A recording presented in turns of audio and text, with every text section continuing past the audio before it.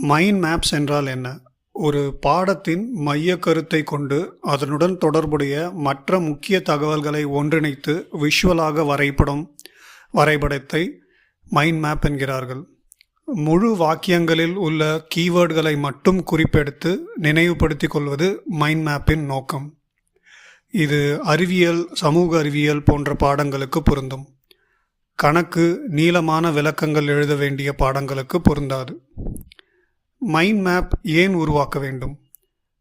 பாடங்களை எளிதில் நினைவில் வைத்துக்கொள்ளவும், பாடங்களை விரைவாக ரிவைஸ் செய்து பார்க்கவும், நீண்ட விளக்கங்கள் கொண்ட பாடங்களை கீவேர்ட்ஸ் மற்றும் டயக்ராமாக மாற்றினால் எளிதில் புரிந்து கொள்ளவும் மைண்ட் மேப் உதவுகிறது.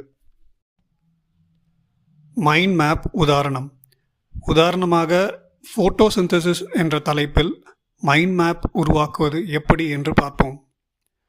பாடத்தின் மைய கருத்தை மையத்தில் எழுதி கொள்வோம். இங்கு ஃபோட்டோசிந்தசிஸ் என்பது மைய கருத்து. இந்த மைய கருத்தில் தொடர்புடைய பகுதிகளை கிளைகளாக உருவகம் செய்து கொள்ளுங்கள். அதன் பொருளை ஒரு கிளையாகவும், செயல்முறையை மற்றொரு கிளையாகவும், காரணிகள் மற்றும் முக்கியத்துவத்தை மற்ற கிளைகளாகவும் வரைந்து கொள்ளுங்கள்.